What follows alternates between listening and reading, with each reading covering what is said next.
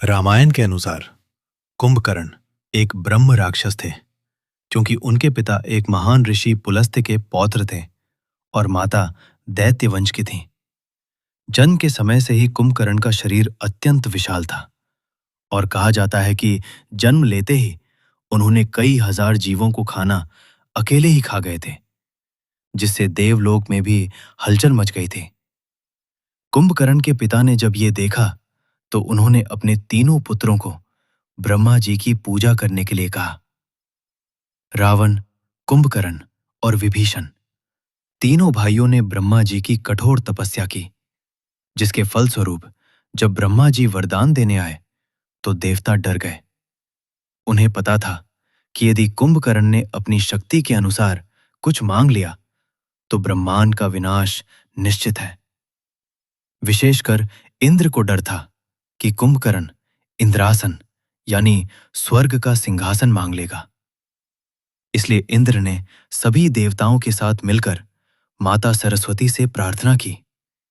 मां ने ब्रह्मा जी से वरदान मांगते समय कुंभकर्ण की जीभ पलटती, जिसके कारण उसने इंद्रासन की जगह निद्रासन मांग लिया, जिसके कारण कुंभकर्ण को साल के 6 महीने सोने का श्राप मिला।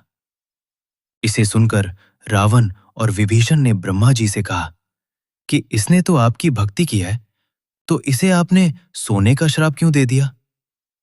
तब ब्रह्मा जी ने कहा कि ये 6 महीने सोएगा और 6 महीने जागेगा। कुंभकर्ण बहुत बुद्धिमान और ज्योतिष आचार्य भी था। जब रावण ने माता सीता का हरण किया, तब कुंभकर्ण ने स्पष्ट रूप से रावण को बताया था कि उसने गलत कार्य किया है। धर्म और अधर्म का ज्ञान होने के बावजूद उन्होंने भ्रातृधर्म निभाया और रावण का साथ देते हुए युद्ध में वीर गति प्राप्त की। रामायण के ग्रंथ में भारत के साथ साथ कुंभकर्ण का भी भ्रातृ प्रेम देखने को मिलता है। विभीषण द्वारा अपने भाई से कहे गए अंतिम वाक्य को आज भी भाई भाई में प्रेम के नाम पर बोलते हैं। उन्होंने कहा था कि अच्छे के साथ तो सभी अच्छे रहते हैं, लेकिन भाई के बुरे समय में जो उसके साथ खड़ा रहे, वही सच्चा भाई कहलाने का हकदार होता है। जय श्री राम।